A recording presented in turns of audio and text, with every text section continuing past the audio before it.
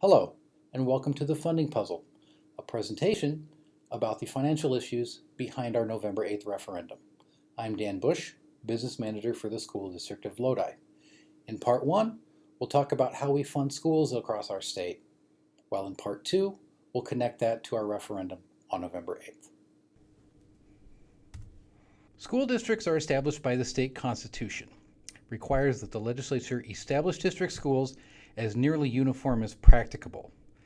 This affects how we fund schools in Wisconsin. There is a common misconception that school funding is based on a fixed amount of money per kid. That's not actually true. The way we fund schools is a partnership between the state and local school districts with some additional resources from the feds and other local sources. The vast majority of our funding, however, comes from property taxes and state aids. And the vast majority of state aids comes from state equalization aid. While the state equalization aid formula is complicated, it's based on a very simple idea. School districts across the state have different local circumstances, ranging from high wealth, high value districts to districts with lower wealth properties. Let's say the entire state taxed at the same rate, 10 mills for example. Depending on a district's local property value, it would be able to raise different amounts of money depending on what kind of property it has. The idea behind state equalization aid is that it tops up districts so that all districts, regardless of their local property values, have the same resources available to educate their kids. That's the idea, but in practice, it's more complicated than that. So what drives state aid? There are three factors that go into how much funding Lodi and other districts receive from the state. The first is property value, called equalized because the State Department of Revenue equalizes values between communities to account for differences in local assessment practices. The second is a district's local costs, also called shared cost, which is a district spending paid for with its state aid and its local property tax revenue. The third piece is resident student FTE, also called membership. These are the students that reside within a school district and the district is responsible for educating. The first two factors, property value and shared cost, are divided by membership to come up with two numbers, value per member, cost per member. This is what goes into the aid formula. The aid formula is a comparison between what's going on here in Lodi and what's going on throughout the state of Wisconsin. With all of these numbers, the only one that we as the district really have any control over is what we're spending in our budget every year. Everything else that goes into the calculation is outside the district. The important thing to consider is that property value is what drives our aid. For example, here in Lodi, the DPI's July 1st aid estimate this year took into account that our value per member was just under $700,000, while our local spending per member was a little over $11,600.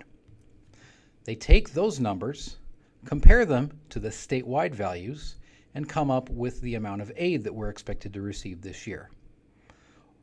Almost $3,500, or 30% of our shared cost. Now let's compare that to our neighbors to the south in Waunakee. Waunakee spends almost exactly as much as we do, but their property value per member is substantially lower, about $570,000.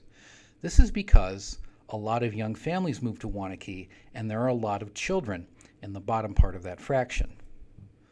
Those numbers go to the DPI, who compares Waunakee to what's going on statewide, and they received an aid estimate of almost $5,000, 43% of their shared cost, 13% more than Lodi is expected to receive. This is because the state aid formula assumes that the best measure of a district's ability to pay for their schools is property value per member. That is why Waunakee receives more in state aid than Lodi. The aid formula is designed to redistribute funds from districts with higher property wealth per member to lower property wealth. Whether this is the correct measure is a question for debate. However, state aid is only half the puzzle. What really determines our resources available here in the district is the revenue limit. The revenue limit was established in 1993 under Governor Thompson. It limited a district's total revenue between a combination of the local property taxes and state equalization aid. It had a built-in inflationary increase every year so the districts could keep up with basic increases in costs. The revenue limit was introduced along with the so-called two-thirds funding commitment, which related to the amount of state aid that was put in by the legislature compared to the total revenue limit across the state. The way that the revenue limit works is that it provides a total amount of funds to cover a district's general local costs. Under that limit, a district receives its state aid allocation. That's the portion that it doesn't have to cover with property taxes. The difference is the property tax levy. Revenue limit minus state aid equals property taxes. Now, when the state puts more money into the aid formula, by itself, that doesn't provide any more resources to schools. It just offsets property taxes within the existing revenue limit. A revenue limit increase is the only way to make sure that additional money, whether it's state aid or property taxes, ends up in the classroom.